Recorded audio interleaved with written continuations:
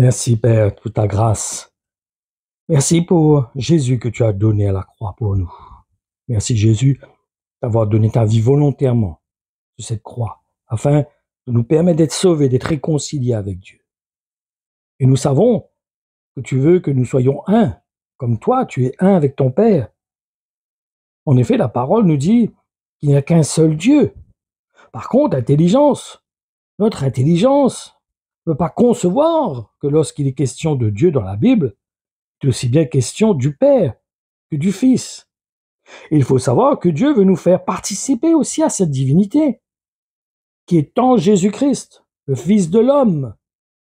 C'est en effet ce que Jésus-Christ a expliqué dans l'évangile de Jean, chapitre 10, et dans les versets 37 et 38, où il dit « Si votre loi appelle des dieux ceux auxquels s'adresse la parole de Dieu, comment pouvez-vous m'accuser de blasphème, moi que le Père a choisi, consacré à son service et envoyé dans le monde parce que j'ai dit « Je suis le Fils de Dieu ».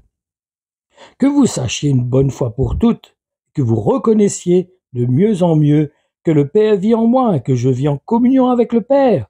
Cette unité qui unit le Père et le Fils. Et il veut que nous soyons rentrions dans cette communion, dans cette unité. Et nous connaissons tous cette parole de Jésus-Christ lorsqu'il dit à l'apôtre Pierre que c'est Dieu le Père qui lui a révélé que Jésus est le Christ, le Messie, le Fils de Dieu. C'est bien sûr la même chose en ce qui concerne l'unité entre le Père et le Fils, jusqu'à dire qu'il est un avec son Père. En réalité, ça nous montre que nous ne pouvons pas sonder l'amour qui anime le Père et le Fils, si cela ne nous a pas été accordé par Dieu lui-même. En effet, c'est uniquement par une révélation de Dieu que nous pouvons comprendre l'étendue de l'amour de Dieu, qui fait que le Père et le Fils forment un. Il ne faut pas négliger que le Seigneur nous a donné un seul commandement à suivre. C'est celui de nous aimer les uns les autres, à l'image de Dieu. C'est du reste, dans cet objectif, qu'il nous a demandé d'être un comme entre nous, parce que lui-même ne fait qu'un avec son Père.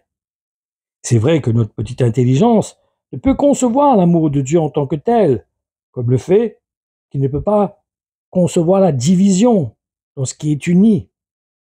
Et cela vient de ce que la division n'est pas dans sa nature. Comme cet exemple où il dit que l'homme et la femme ne forment qu'une seule chair, et qu'il ne faut pas désunir ce qui a été uni.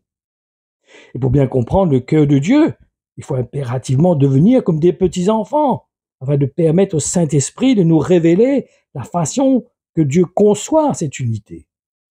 Parce que c'est seulement par le Saint-Esprit que nous pouvons comprendre pourquoi Dieu n'accepte pas que ce qui est uni soit désuni.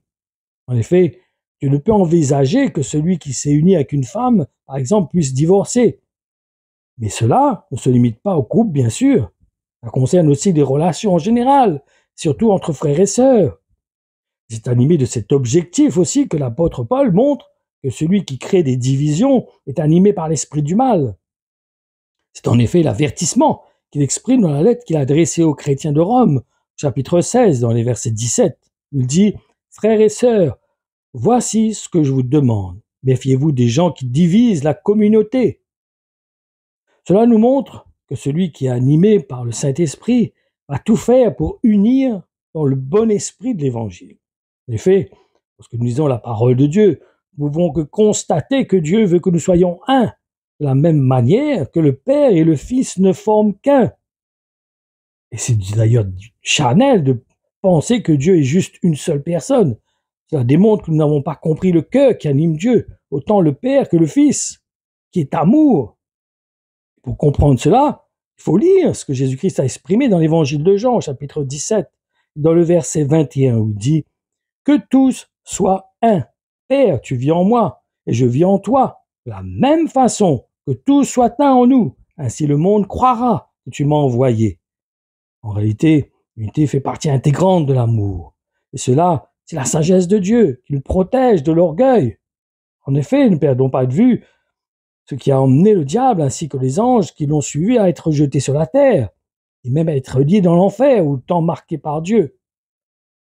C'est ce que nous dit les versets 17 à 19 au chapitre 1 de Jude. « Mais vous, Amis très chers, souvenez-vous des paroles que les apôtres de notre Seigneur Jésus-Christ ont dites autrefois. Dans les derniers temps, des gens se moqueront de vous. Ils vivront loin de Dieu en suivant leurs désirs mauvais. Ce sont eux qui divisent les chrétiens. Ils ont des idées humaines, ils n'ont pas l'esprit de Dieu. Il faut vraiment bien comprendre que ceux qui sont animés par le Saint-Esprit vont tout mettre en œuvre pour unir. C'est vital. Attention, car ce n'est pas l'unité dans les émotions, bien sûr, c'est pas sentimental. Ceux qui acceptent tout, non, ce n'est pas cet état d'esprit que je parle. C'est unir pour construire le corps de Christ. Cela demande de mourir à nous-mêmes. Et rappelez-vous ce jour où vous avez accepté de vous identifier à Jésus-Christ. Est-ce que vous n'étiez pas animé par un amour qui vous poussait à restaurer les relations qui avaient été brisées? Parce que c'est en effet un des fruits qui est produit lorsque nous acceptons de nous unir à Jésus-Christ, jusqu'à même être en lui, comme la branche qui est greffée sur un arbre. Et voyons à ce sujet ce que l'apôtre Paul a exprimé dans la deuxième lettre qu'il a adressée aux chrétiens de Corinthe, au chapitre 11 et dans le verset 9.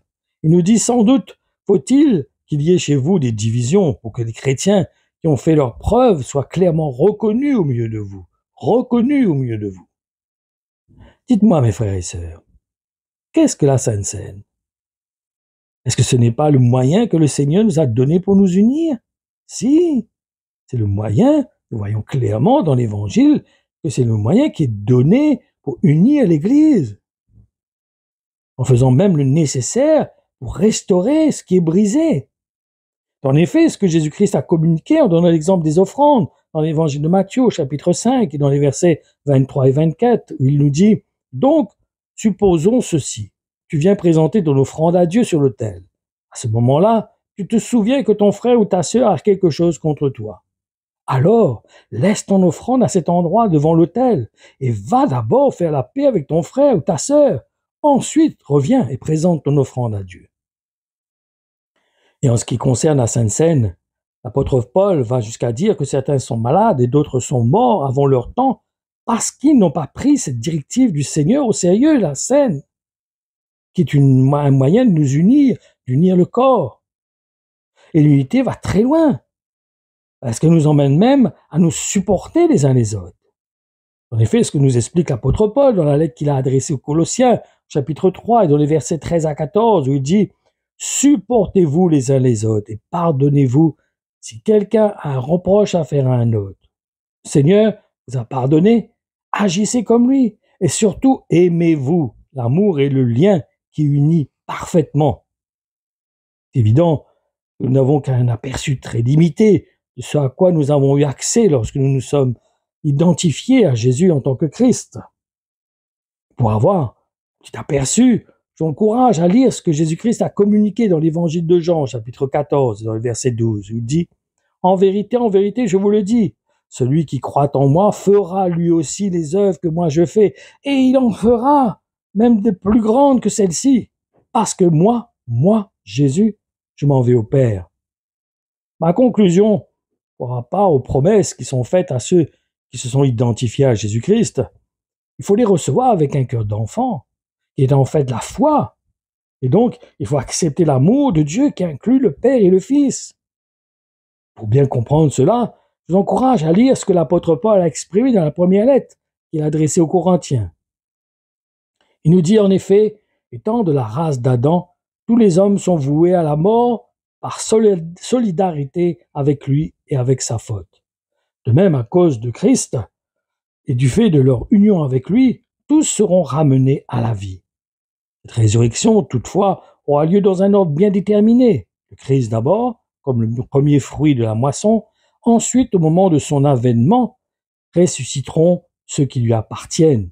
Puis viendra la fin, lorsque le Christ remettra le pouvoir royal qu'il exerçait à Dieu le Père, après avoir réduit toute domination, toute autorité et toute puissance hostile.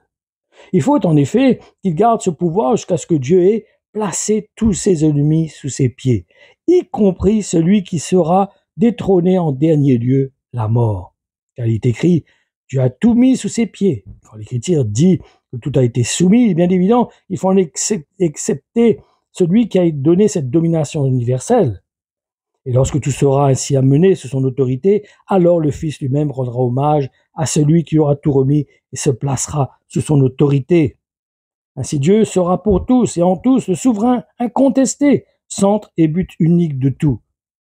D'autre part, s'il ne devait pas y avoir de résurrection, que signifierait la conduite de ceux qui se font baptiser au risque de mourir?